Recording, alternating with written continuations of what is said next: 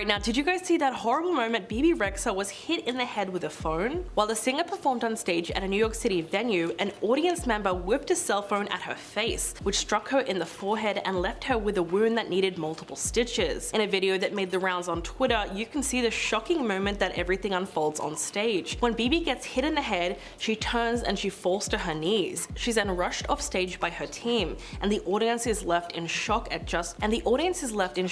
what just happened. A second clip shows the singer holding her injured face with one hand while waving to her fans with the other as she's escorted off the stage by her crew. The audience responded by chanting her name in support. The person who threw the phone has since been identified in a criminal complaint as 27-year-old New Jersey resident Nicholas Malvana. And the worst part about all of this is his explanation. He was quoted saying, "I was just trying to see if I could hit her with the phone at the end of the show because it would be funny." Thankfully, Nicholas has since been charged for the attack, and now that his name is out there, he's being publicly dragged online. Under one popular Twitter post, people were sharing reactions to the culprit. They wrote things like, "Not all men, but always a man." And "If you thought this was funny, I wonder what he thinks prison is like." Another person wrote, "He looks like the type to think it's funny to hurt women, to be honest. They always have a look." So at least most people can agree that there is something seriously wrong with a person who would do this. After all, Bebe Rexha has got to be one of the most unproblematic celebrities out there. Even if she does have a few haters, the fact that this person went to her concert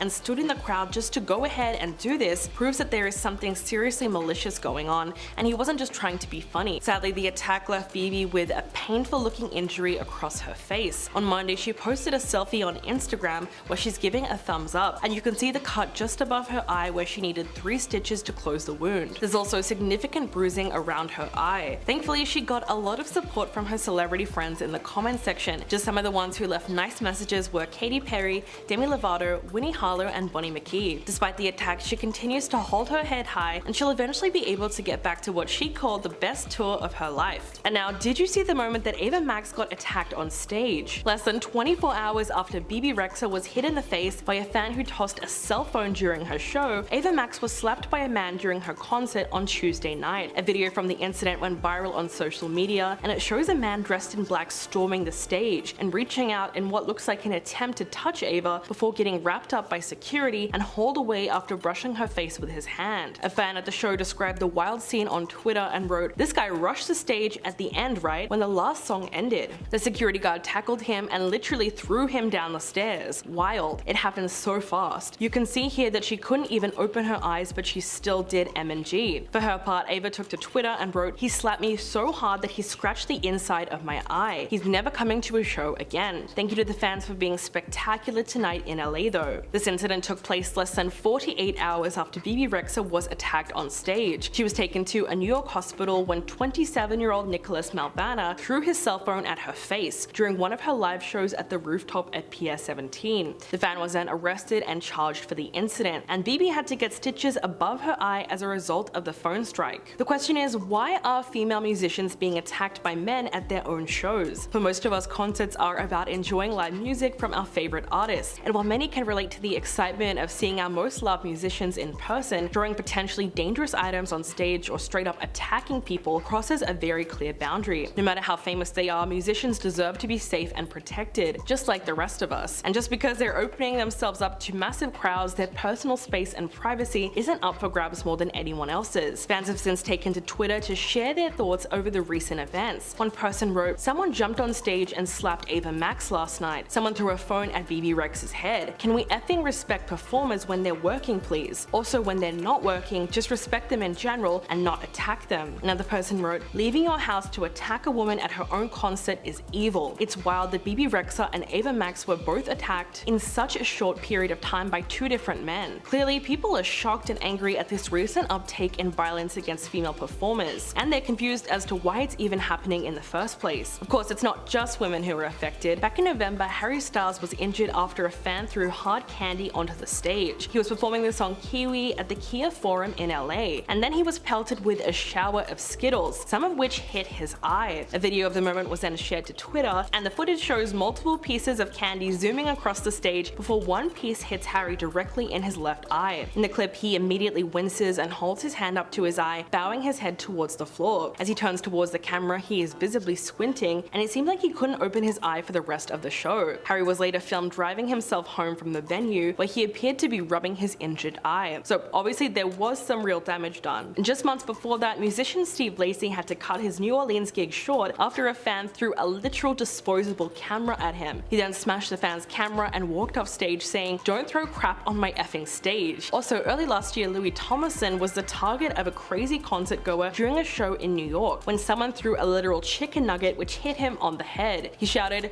"Who has hit me in the head with an effing chicken nugget?" He then threw the chicken nugget back into the crowd. So what is going on? So these concert disasters just keep on coming. Singer Kelsey Ballerini has had to stop her concert after being hit in the face with an object while she was performing. She was doing a live show at Outlaw Field at the Idaho Botanical Garden yesterday, and midway through one of her songs she was suddenly hit by an object that had been launched from the crowd. A video of the incident was posted online and it shows Kelsey singing suddenly cut short when something hits her in the face. She was clearly shocked and took a step back before putting her hand to her cheek while the crowd continues to sing. Her violinist initially carries on playing, but once they realize that something is very wrong, they walk over to her to check if she's alright. The two of them have a brief conversation, and then Kelsey goes back to playing the guitar with her back turned to the audience. She eventually decides to stop altogether, takes her guitar off, and leaves the stage. When she finally returns, she talks about what just happened and asks her fans not to throw things on stage. She said, "All I care about is keeping everyone safe. If you ever don't feel safe, please let someone around you know. If anyone's pushing too much or you just have that gut feeling, always flag it. Just don't throw things." A fan account by the name Chelsea Central then posted that footage online, and in the caption they wrote, "Guys, I know we all mean well. We all want to show Kelsey love in the best way that we know how, and shower her with all the gifts. But throwing things on stage where artists are already so vulnerable is not the move. If you can't hand it to her, there are so many other options. Lord, give it to us. We will make sure that it gets to her. But please do not put her in danger again like this. I know you all mean well, but this is becoming a safety issue. We love you guys, but please make it stop. What we do know at this point is that she's back on stage and okay. But please know that if you do this, you're the reason why we can't have caps on our water bottles." This news follows several similar incidents like what happened recently with Bebe Rexha. While the singer was performing on stage at a New York venue, an audience member whipped a cell phone at her face, which struck her in the forehead and left her with a wound that needed multiple stitches. In a video that made the rounds on Twitter, you can see the shocking moment when the incident unfolds on stage. When Bebe gets hit in the head, she then turns and falls to her knees. She's rushed off stage by her team and the audience is left in shock at what just happened. A second clip that made the rounds on the internet also shows her holding her injured face with one hand while waving to her fans with the other one as she's escorted off the stage by her crew. The audience responded by chanting her name in support. Turns out that the person who threw the phone has since been identified in a criminal complaint as 27-year-old New Jersey resident Nicholas Malvana. The worst part about all of this was his shady explanation. He was quoted saying, "I was trying to see if I could hit her with the phone at the end of the show because it would be funny." Thankfully, Nicholas has since been charged for the attack, and now his name is out there and he's being publicly dragged online. So obviously there is something really wrong with a person that would do this, since Bebe Rexha has got to be one of the most unproblematic celebrities out there. And even if she does have a few haters, you have to think about the fact that this person went to her concert, stood in the crowd just to do that, which makes it all the more bizarre. And it really proves that there is something going on with violence against performers these days, especially females. Sadly, the attack left Bebe with a painful looking injury across her face. She recently posted a selfie on Instagram where she's giving a thumbs up, and you can see the cut just above her eye where she needed to get 3 stitches to close the wound, and there was also significant bruising around her eye. Thankfully, she got a lot of support from her celebrity friends in the comment section of that photo. Just some of the ones who left nice messages were Katy Perry, Demi Lovato, Winnie Harlow, and Bonnie McKee. Despite going through all of that, she continues to hold her head high, and hopefully she'll be able to get back to her tour and put it all behind her. First up, how is Scott Disick feeling about Kourtney's pregnancy announcement? Well, apparently he's doing the best he can under the circumstances. A source spoke to Us Weekly and said, "It stings a little and he will always have love for Kourtney, but at the same time he is also happy and excited for her. He wants to continue to move on and focus on his own personal life." They insisted that Scott is being as supportive as possible while also trying to take care of himself. It's been said that he's prioritized staying on good terms with Kourtney and her husband Travis Barker. Scott knows that this is what Kourtney has wanted for a long time, and as bittersweet as it was, he reached out to congratulate her and Travis. During an episode of The Kardashians last year, Scott commented on their relationship and said, "Now that Kourtney has her life with Travis, as hard as it is, it does give me a place to finally be able to move on. I'd rather be around them and be around my family than not at all." He said said that it was a huge adjustment losing Kourtney romantically and losing her as a best friend, and it has been one of the most difficult things in his life, that transition from lovers to friends to co-parents, but he seems to have finally accepted the way things are now. According to one source, Scott has held out hope for reconciling with the mother of his kids. They said, although he knows it's not realistic, part of him will always hold out for him and Kourtney to get back together. As much as he wishes things could have worked out for them, at the end of the day, all he wants is for Kourtney to be happy. They said, Scott has come a long way from where he was when Kourtney and Travis first started dating. Most people know it was a tough realization for him to accept, and it took quite a while to get there. But even if it does take him some time to adjust, it doesn't actually affect Kourtney's news whatsoever. Fans are really happy for her, and she revealed the surprise during Friday's Blink-182 concert in LA. In the audience, she showed off her baby bump and held up a sign that read, "Travis, I'm pregnant." Although he clearly knew beforehand, he then joined her in the crowd for a hug and a kiss to celebrate. That stunt was a reenactment of the classic music video for the song All the Small Things, where a woman also holds up exactly the same poster, so they pulled it off pretty well. Kourtney then took to her Instagram and made a post saying that she was overwhelmed with gratitude and joy for God's blessing and plan. She also posted a really sweet backstage photo of Travis kissing and drumming on her stomach. A source recently spoke to people about their pregnancy news and said Kourtney is just beyond excited. She's had happy tears when she told her family. Her older kids are excited about the baby too. The source went on to say that Kourtney has been praying for this. She has wanted a baby with Travis since they first started dating. They've been trying to get pregnant for almost 2 years. It's been grueling. During a confessional on the Kardashians, Kourtney revealed that she had stopped doing IVF, and they were simply hoping that it would happen naturally, which means their prayers really got answered in the best way possible. Kourtney and Travis each have children from previous relationships. Travis shares his son Landon and daughter Alabama with Shannon Moakler, while Kourtney shares 2 sons, Mason Rain and a daughter Penelope, with Scott. For his part, Scott has been linked to several high-profile women after his relationship with Kourtney. In 2017, he started a long-term relationship with Sofia Richie, who is 15 years younger than him. This was one of the more controversial pairings, given that Sofia was only 18 years old at the time, and she had also been a friend of the Kardashians for years. So naturally, the whole family was kind of against them, including Kendall Jenner, who left a shady comment on one of Scott's Instagram posts about the couple. Even Sophia's dad Lionel Richie was not really too happy with their age difference. At one point he said, "She's 19. When you're 19 you know everything. Is it going to be for life? I don't know.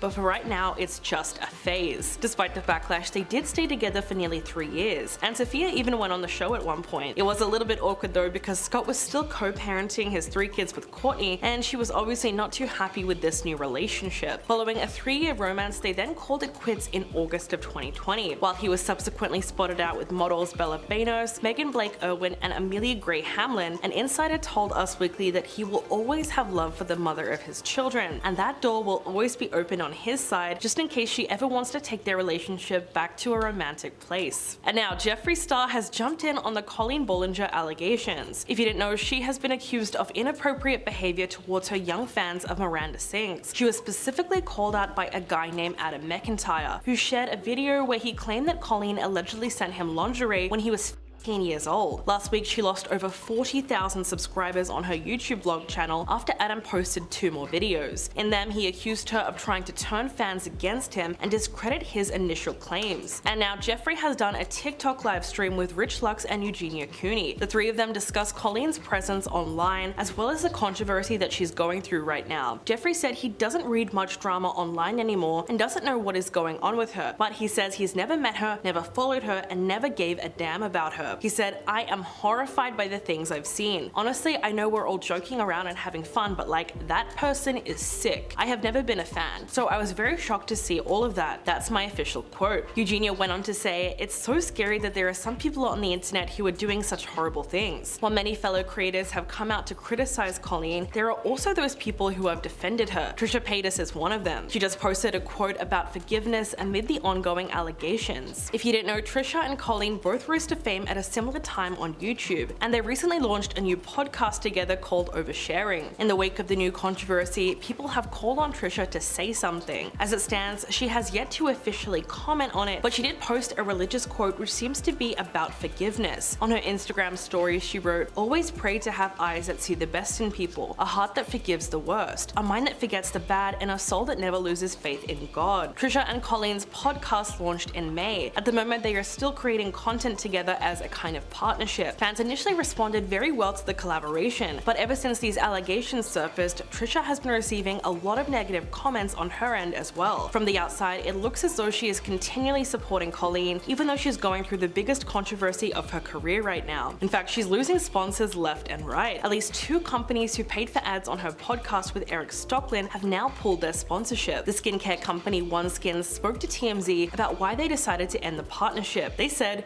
"We were made aware of this previously and have decided to cease the relationship completely. This behavior is appalling, and we do not condone or support it in any form." After that, a telemedicine company named ZocDoc also ended their partnership with her. And all of this happened in week 2 of the scandal. These allegations first came out in 2020 when Adam McIntyre, a former fan, released a shocking video on YouTube. He revealed the inappropriate and toxic friendship he had with Colleen when he was 13 and she was in her 30s. They first connected during a live stream that she was hosting with her friend in 2016. She noticed his tweets and said that he seemed so funny that she had to send him something. This is when she allegedly sent him lingerie in the mail, which his mother confiscated immediately. They then continued to have a friendship, and Colleen even asked him out to lunch while she was in Ireland, which is where Adam lives. He posted a video exposing some of these inappropriate conversations that she allegedly had with other underage fans. She seemed to manipulate and bully them into doing free labor. These conversations were all taken from a group chat that Adam and Colleen were a part of, and the evidence is pretty shocking. In one instance, Colleen was seen asking him for a photo of his butt. She also asked female fans to describe their first period and made fun of a fan who got a tattoo in her honor. At the time of these conversations, she was already in her 30s, and a lot of these people in the group chat were around 14 to 16, but she still made inappropriate comments about their physical appearance, encouraged bullying, and asked some really creepy questions. Sadly, when this video first came out, Adam was met with a ton of backlash from other fans, all jumping in to defend their favorite creator, probably because Colleen has something of a cult following that she developed over the years for her character Miranda Sings. Now, almost 3 years later, people are actually giving him the time of day to talk about what happened. Many former fans have now apologized to him for dismissing his initial claims. Instead, they've made an effort to uplift him on social media and show their support. Right now, it seems like this firestorm is enough to end Colleen's career permanently, and after everything that's happened, it's very difficult to see her coming back from this. How's it going, IO? In this video, we're going to talk about the rescue mission for the missing Titanic submarine, the Colleen Ballinger drama getting worse, and the fact that Ava Max was attacked on stage. Alright, so let's get into everything that's going on with the Titanic submarine right now. Hopes are quickly fading for the survival of the crew of the Titan. One of their last chances at success involves a French robot that can dive 20,000 feet underwater. It's currently on its way to help find the tourist submersible that vanished on the expedition to the Titanic wreck. This could help free the sub if it's trapped inside the wreckage, although it does not have the power to pull the vessel up to the surface. The robot is called Victor 6000, and it can dive deeper than any other equipment now at the site in the North Atlantic. It has arms that can be remotely controlled to cut cables and do other things to try to release a stuck vessel. It arrived late last night, which gave it a limited window to try to find them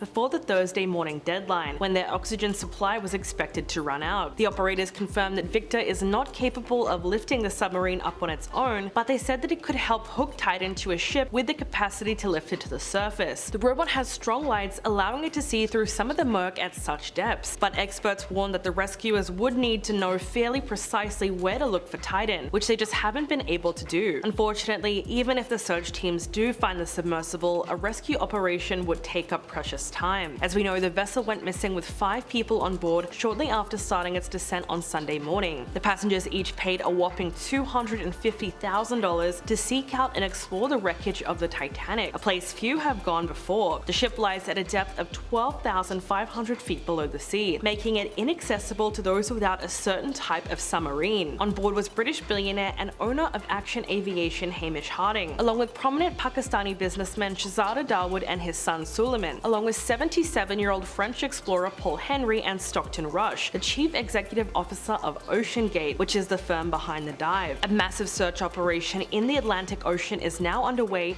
in an area twice the size of Connecticut. A glimmer of hope came on Tuesday and Wednesday morning when banging noises were identified by a Canadian aircraft. Remotely operated vehicle equipment was relocated to where the noises were detected, but so far searches in those areas have not come through with any results. Apparently, the crew heard banging sounds every 30 minutes, which some interpreted to be a signal of SOS, though we don't know if those same noises have continued or what could have caused it. Despite fears that their oxygen supplies have run out, there is still hope in the most desperate of situations. Experts believe that the 96-hour supply number is an imprecise estimate, and it could be extended if the people on board have taken measures to conserve their breathable air. You can do this by either lying still as possible or even sleeping. One of the passengers on board is the CEO of OceanGate Stockton Rush, and the person who founded the company with him in 2009 is Guillermo Solane, and he believes that the window for finding them could be a lot bigger than we think. He said, "Today will be a critical day in the search and rescue mission, as the sub's life support supplies are starting to run low. I'm certain that Stockton and the rest of the crew realized days ago that the best thing they can do to ensure their rescue is to extend the limits of those supplies by relaxing as much as possible. I firmly believe that the time window available for their rescue is longer than what most people think. I continue to hold out hope for my friend and the rest of the crew." If that is true, conditions on board the vessel would be absolutely horrid. It's been said that the passengers were told not to eat before boarding the Titan, and inside the vessel there is very limited rations of food and water. But the bigger issue would be the near freezing water at that depth, which is probably making the situation very uncomfortable. After a while, there will be frost that starts to develop on the inside of the sub. The men might be all huddled together trying to conserve their body heat, but at the same time they know they're running low on oxygen and they're exhaling carbon dioxide. Even the fact that they're trapped inside a tiny 22-foot tube with a single window and no seats thousands of feet below sea level would be enough to cause claustrophobia. At the moment, experts believe there's very few options for what could have realistically happened. There's a slim chance that they could be floating on the surface of the water, but even if that is the case, the vessel can only be opened from the outside, as it's fixed shut with 17 megabolts, so the oxygen supply would still be a problem. It's also possible that they're stuck within the actual wreckage of the Titanic, and in that case, rescue would be very difficult, considering just how deep the site actually is. The third scenario is sadly implosion, which would be instantaneous if the hull collapses under the enormous pressure. In that case, the chances of survival are zero. So let's just hope that they are successful in these desperate times. Alright, so this Colleen Ballinger drama just keeps getting worse. There's so much that's been coming out about this controversy, it's insane. So 2 weeks ago, she was accused of inappropriate behavior towards her young fans of Miranda Sings. She was specifically called out by a guy named McIntyre, who shared a video exposing the inappropriate relationship that he had with her when he was 15 and she was in her 30s. And it turns out that Adam isn't the only one speaking out against her. A TikTok was posted on June 14th by a young woman named Becky, who alleged that Colleen routinely humiliated and exploited her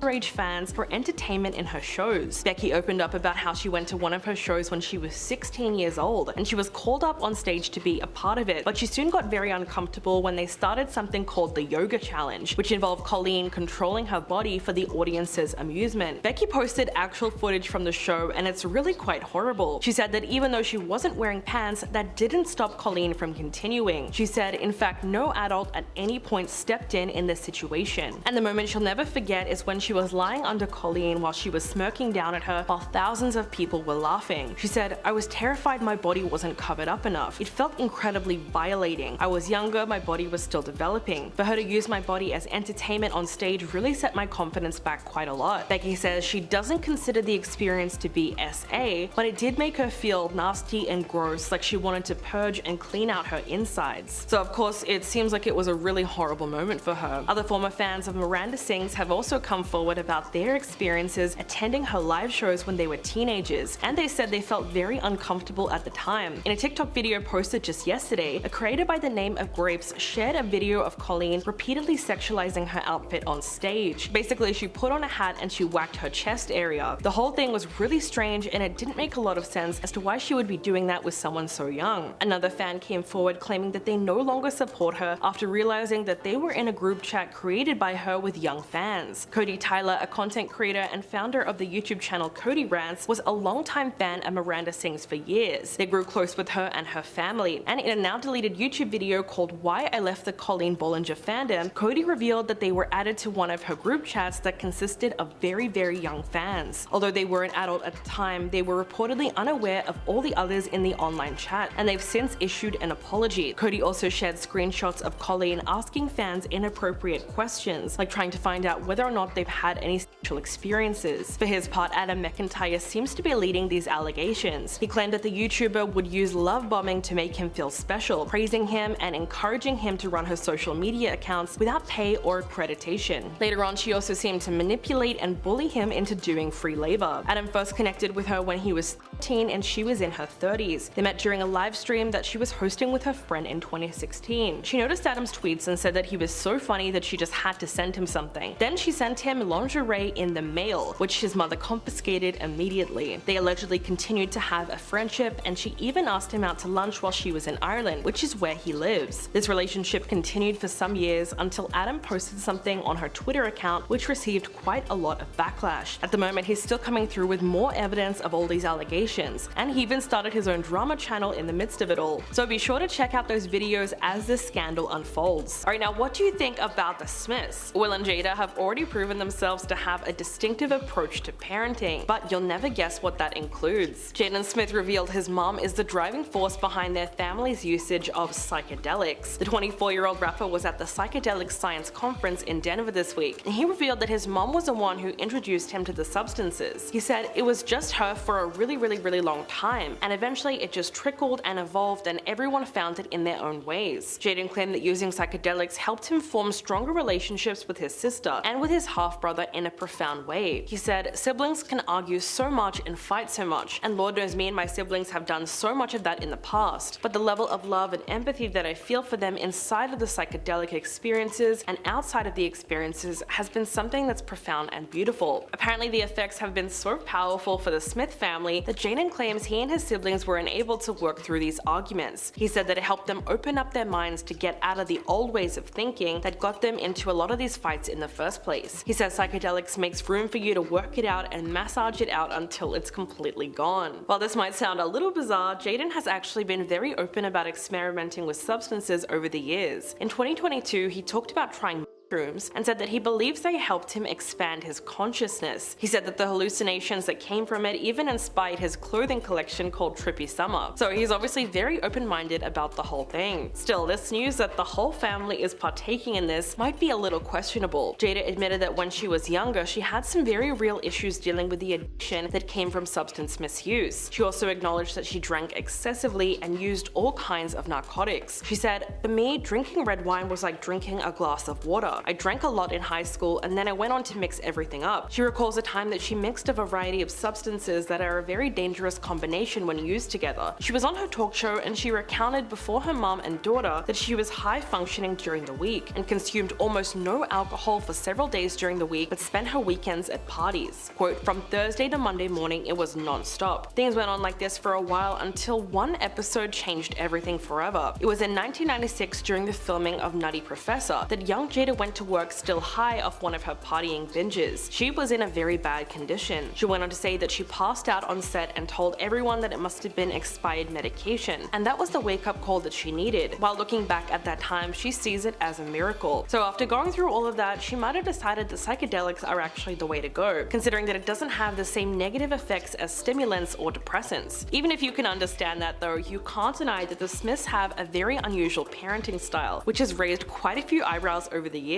In fact, Will and Jada faced backlash in April of 2013 when they revealed that they don't believe in punishing their kids. Will spoke to Metro UK and said, "We don't do punishment. The way that we deal with our kids is they are responsible for their lives. Our concept is, as young as possible, give them as much control over their lives as possible. And when talking about the concept of punishment, they believe that it just has too much of a negative quality. Basically, their whole parenting philosophy is that they don't believe in disciplining their kids." But criticism of their parenting style really exploded in 2014 when a 13-year-old Willow was photographed in bed with the 20-year-old actor laying next to her. The whole thing even led to an investigation by CPS. In an interview with BBC Radio a couple years later after that drama, Will actually admitted that he and Jada might have gone a little too far in their hands-off approach, and maybe they should have kept a tighter rein on Jaden and Willow. Regardless of whether you think the Smiths were wrong in their parenting or not, there's no denying that it's led to two wildly creative artists. Now, what do you guys think about the fact that affirmative action discrimination is ending. The Supreme Court just ruled that race-conscious admissions programs at Harvard and the University of North Carolina are unconstitutional. The landmark ruling upends decades-old US policies on affirmative action, also known as positive discrimination. It's one of the most contentious issues in US education. Affirmative action was first introduced in the 1960s as a way to increase diversity. Now all of that is changing. The justices have sided with an organization called Students for Fair Admissions, which was founded by a conservative activist named Edward Blum. The group argued that Harvard's race-conscious admissions policy violated Title VI